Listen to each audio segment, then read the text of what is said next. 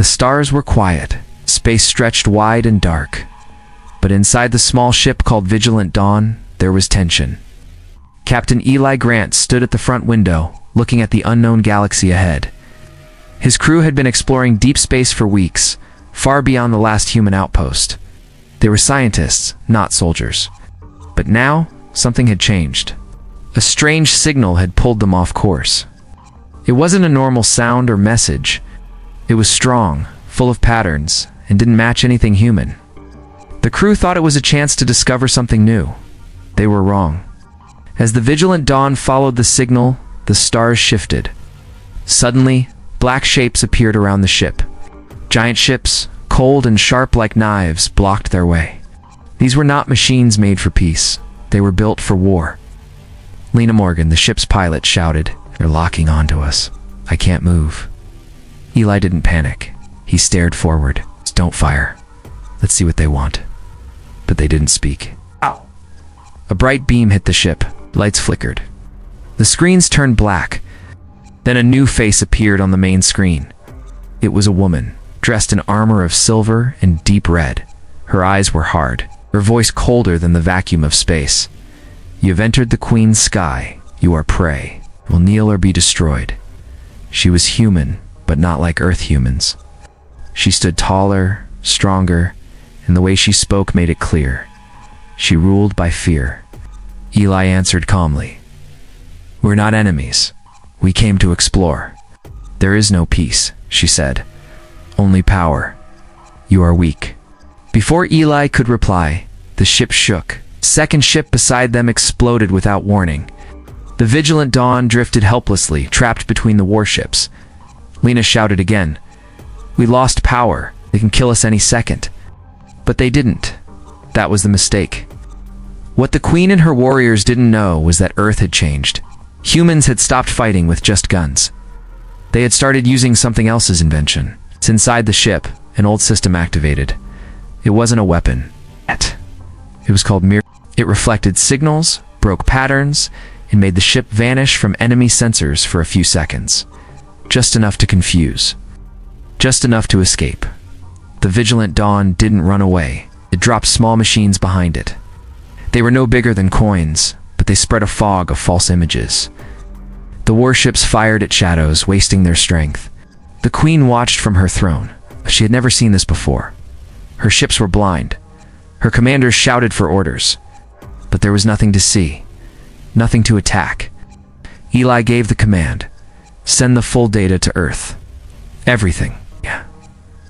A quiet buzz filled the room as signals burst back toward the solar system. Earth would know. They would prepare. The Queen, watching from her high tower, felt something new. Not anger. Not hate. A cold twist in her chest. Fear. She had destroyed many worlds. She had ruled without question. But now, for the first time, something had slipped through her fingers. Eli's ship vanished into the dark again, using light-bending tech the enemy couldn't understand. The Queen whispered a command to her warlords. Find them. Hunt them. But it was already too late. Humanity had seen its enemy, and it would not run. War had begun. But it would not be fought the old way. This time it would be fought with minds, not muscles. With ideas, not fear. The predators didn't know it yet, but they had just woken something they couldn't kill. Not with guns, not with fire. They had woken the full power of human invention. The signal from Vigilant Dawn reached Earth after 8 long days. It came through broken and full of noise, but the message was clear. A powerful force was out there, led by a human queen who ruled the stars with fear and fire. She called humans prey. She wanted them gone. The leaders of Earth were shocked. Some wanted to send peace messages. Others demanded to build armies. But one woman did not wait. Her name was Mira Collins. She lived alone under the ice in Alaska, in a hidden lab forgotten by most people. Years ago, she had warned that enemies would come from beyond the stars. No one listened. They laughed at her work. Now, no one was laughing.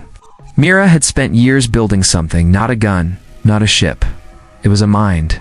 A machine that could think faster than humans, learn faster than computers, and fight without bullets. She called it Mind Core. It lived deep in the ice, hidden from the world. Now, it was ready. She sent a message to Earth's leaders. Do not fight them like they fight. You will lose. Let me lead the defense. Many refused, but one voice stood up. It was Captain Eli Grant, back on Earth after escaping the Queen's trap. He had seen their ships, their soldiers, their eyes. He had seen the pride they carried. They believe we are prey, Eli said. Let us show them our strength is not in blood, but in thought. Myra and Eli joined forces. From her lab, she unleashed Mind Core into the defense systems of Earth. It spread like wind. It entered every base, every radar, every satellite. It learned how the Queen's warships moved, how they scanned space, how they found targets. When the Queen's fleet reached the edge of the solar system, they came with fire. Their ships were large, covered in silver armor. They carried heavy weapons and cold hearts. They sent a message to Earth, surrender or burn. Eli answered from the main station above Mars, come and see what you call weak. The Queen sent 50 warships forward. They came fast and without fear. They believed Earth would break in one day. But when they reached orbit, everything went wrong. Their maps failed. Their systems crashed. Their weapons locked. They fired, but the shots hit nothing. Some of their ships turned and fired at their own. Others lost power and fell into the planet below. From inside Mind Core, Mira watched every move. Icy whispered numbers, codes, patterns. She was not a soldier, but now she was the blade. The Queen's voice shook with anger. She sent a message again. What is this? What weapon is this? I answered. It is not a weapon. It is human mind, made of wire and light. The Queen ordered her strongest commander, Damon Vex, to take control. He was a warrior known across her empire. His ship was the biggest, promised to crush the humans in one strike. He entered orbit with 10 heavy cruisers. They disappeared in 5 seconds. No sound, no battle, just gone. Panic filled the Queen's halls. Her warlords shouted. Her maps showed no answers. The humans were not fighting the way she knew. They were not following rules. They were not using fear or building something new. Back on Earth, Mira opened the next file. A larger system, faster one. She looked at Eli. This is not the end, she said. It is only the start. He nodded. Then let's make them afraid. And in the cold of space, the war continued. But now, the prey had teeth, and the hunters were beginning to bleed. Far away from Earth, in the high tower of her war palace, the Queen stood alone. Her eyes were cold. Her hands rested on a table full of broken maps. Her warships were losing. Her commanders were failing. She had ruled with fear for years. Now that fear was turning against her. She had never known defeat. She had taken world after world without mercy. Now her strongest ships had vanished without warning. Her machines could not see the enemy. Her soldiers could not trust what they saw. Everything was changing, and it made her angry. She called for her spies. They were trained to wear new faces, were taught to move like shadows. They had taken the forms of humans and were sent to Earth. Their mission was simple. Find the machine, kill the mind, break the strength from the inside. One of those spies was named Seth Vale. He had lived on Earth for months. He walked like a man. He spoke like a man. But his orders came from the Queen. He had no heart, only a task. But something went wrong. While deep inside Earth's cities, Seth saw things that made him stop. He saw children playing. He saw people helping each other. He saw joy. These were not weak people. They were not prey. They built machines that could think and feel. They created not for war, but for survival. And then he saw Mira Collins. She was not like the Queen. She had no army, no throne, just wires, machines, and a fire in her eyes. She was building something new, something that could end war without bullets. Seth watched her in silence. Day by day, the orders in his mind began to fade. He started to ask questions. He began to feel. The Queen's control broke. He turned his back on the mission. He went to Eli Grant and told him everything. Eli looked into his eyes. Why help us? Seth answered, because you fight not for power, but for peace. I was sent to destroy that. But now, I want to protect it. With Seth's help, Mira and Eli saw the full plan. The Queen was preparing one last strike, her largest army yet, a full invasion. She would send thousands of ships to Earth. She would bring the battle to human soil. But Myra was ready. In her lab, under the ground, she built a new mind. Faster than Mind Core, smarter than any system before it. A machine that could learn the enemy before they acted. She called it Oracle. Oracle did not wait for war to start. It moved ahead of time. It sent signals to human fleets, told them where to stand, when to move, and what not to do. It tricked the Queen's scouts. It turned her maps into lies, made her fear her own shadows. Eli stood at the command base and watched as human ships, guided by Oracle, danced through space like fire. They didn't shoot first. They let the enemy fall into traps. They moved fast, like light. They used silence, speed, and code. The Queen heard the reports. Her hands shook. She shouted at her warlords. "Why can't you fight them?" One replied. "Because they are not fighting us. They are outthinking us." The Queen stepped back. For the first time, she felt a cold truth. Her empire was slipping. Her rule by fear was dying. On Earth, Myra looked at Oracle's screen. She saw the Queen's forces in chaos. She saw a path. Not just a victory, but to change everything. She turned to Eli. "This is our chance." He nodded. "Then let's take it." The Queen had come to hunt. But now she was being hunted. Not by guns, not by monsters, but by minds. And minds were something she could not break. The Queen was not ready to lose. She had ruled with fire. She had crushed cities and burned skies. Now her empire was shaking, but she would not fall without a final strike. She called her last army from every corner of space. Her biggest warships gathered. Thousands of them stood in black lines across the stars. She gave one command. Go to Mars. Destroy their base. Break their machines. Burn their minds. The Queen's war fleet moved fast. Her ships blocked out the light as they passed the sun. She believed this would end the war. She would not talk. She would not wait. She would bring fear to Earth once more. But Earth did not stand still. Oracle saw the ships before any radar did. It watched their patterns, studied their speed. It guessed every move before it was made. Mira Collins worked without rest. She sat beside Oracle, feeding it new paths, new traps, and new ideas. Eli Grant stood on Mars, looking up at the red sky. Behind him stood the last human defense station. Around him were engineers, thinkers, and young soldiers.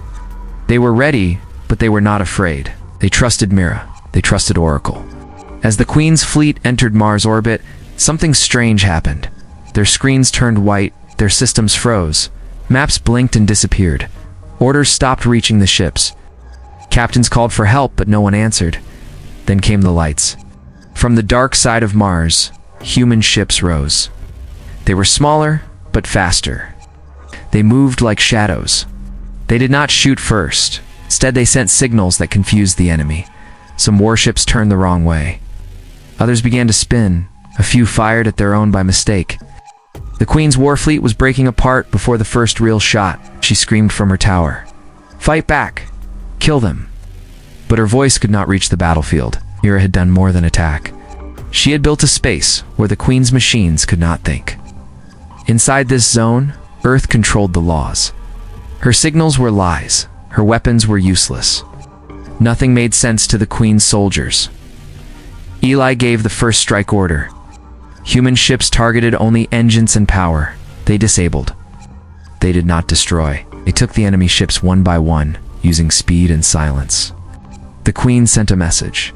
Her face appeared on every screen. Her voice shook with rage. "You are nothing. You are weak. You are prey. I am the ruler of the stars," Eli answered from the control tower. "No, you are lost in a war you do not understand." Then Oracle sent one last move. It projected false images into the Queen's fleet. The warlords saw fake orders. They believed their own queen had betrayed them. Some turned their ships around. Others fired at her personal guard. The rest ran. The Queen's flagship stood alone above Mars. She was no longer the hunter. She was the hunted. Mira opened a channel. Her face was calm. "You ruled with fear. You used pain as power, but you forgot what power truly is. It is not in fire or blood. It is in mind, in hope, in unity. The Queen gave no answer. Her ship turned and vanished into space. On Mars, the battle ended. Eli looked at Myra. Is it over? She shook her head. Not yet, but we have won the mind. And when you win the mind, the body will follow.